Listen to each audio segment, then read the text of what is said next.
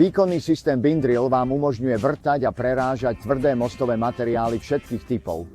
Než sa pustíte do akejkoľvek práce, mali by ste zvážiť niekoľko dôležitých faktorov, aby ste si zaistili úspech. Poprvé, keď obsluhujete výkonný vrtací systém, ako je tento, musíte si byť vedomí inherentných bezpečnostných rizík, zvlášť v súvislosti s rotujúcimi zariadeniami a nebezpečenstvom zamotania.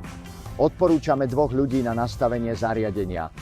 Operácie by mal vždy vykonávať jeden jediný pracovník, ktorý si po celý čas udržuje úplnú kontrolu nad napájacou jednotkou a zostavou hydraulického rozvádzača. Ak si z tohto videa máte odniesť jednu vec, mala by to byť táto. Jeden pracovník mení časti vrtáka, zatiaľ čo druhý má ruky na ovládacích prvkoch. Je nehoda, ktorá len čaká, kedy sa stane. Držte telo a odev v bezpečnej vzdialenosti od stroja a eliminujte riziko neúmyselného spustenia pred manipuláciou s zariadením. Bindrill je určený na prevádzku z konštrukčne pevnej, pomerne rovnej plošiny sila s dostatočnou výškou nad hlavou na inštaláciu uchytenia sila. Potrebujete prístupový otvor aspoň 18x18 palcov, okrúhly, štvorcový alebo obdĺžnikový. Ak je prístupový otvor príliš veľký na to, aby ho Bindrill mohol preklenúť, spoločnosť Pneumat ponúka predĺžovacie nohy pre uchytenie sila na preklenutie väčších otvorov. Krútiaci moment a prítlačná sila Bindrillu pochádza z elektricky poháňanej hydraulickej jednotky.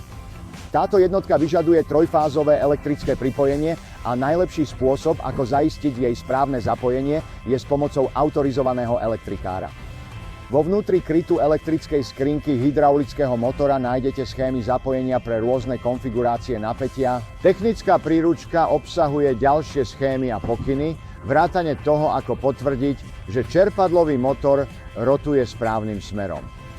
Vzhľadom na vysoké napätie a riziko zranenia alebo poškodenia je mimoriadne dôležité, aby tento postup vykonal kompetentný odborník a aby boli splnené všetky normy pre uzemnenie a ochranu proti nadprúdu. Ak máte otázky k napájaniu jednotky, kontaktujte Pneumat. Pred vykonaním akejkoľvek práce uistite sa, že poznáte bezpečnostné postupy pre dané pracovisko. Opatrne skontrolujte plošinu sila na poškodenie pred zaťažením ľuďmi a vybavením. Problémové oblasti môžu zahŕňať povrchy, ktoré sú prehnuté alebo akokoľvek konštrukčne narušené. Zaznamenajte poveternostné podmienky ovplyvňujúce bezpečnosť a plánujte podľa toho. Uistite sa, že rozumiete pravidlám, ktoré sa na vás vzťahujú, pokiaľ ide o osobné ochranné prostriedky, najmä ochranu proti pádu. Je to vaša posledná obranná línia proti príčine číslo 1 pracovných úmrtí.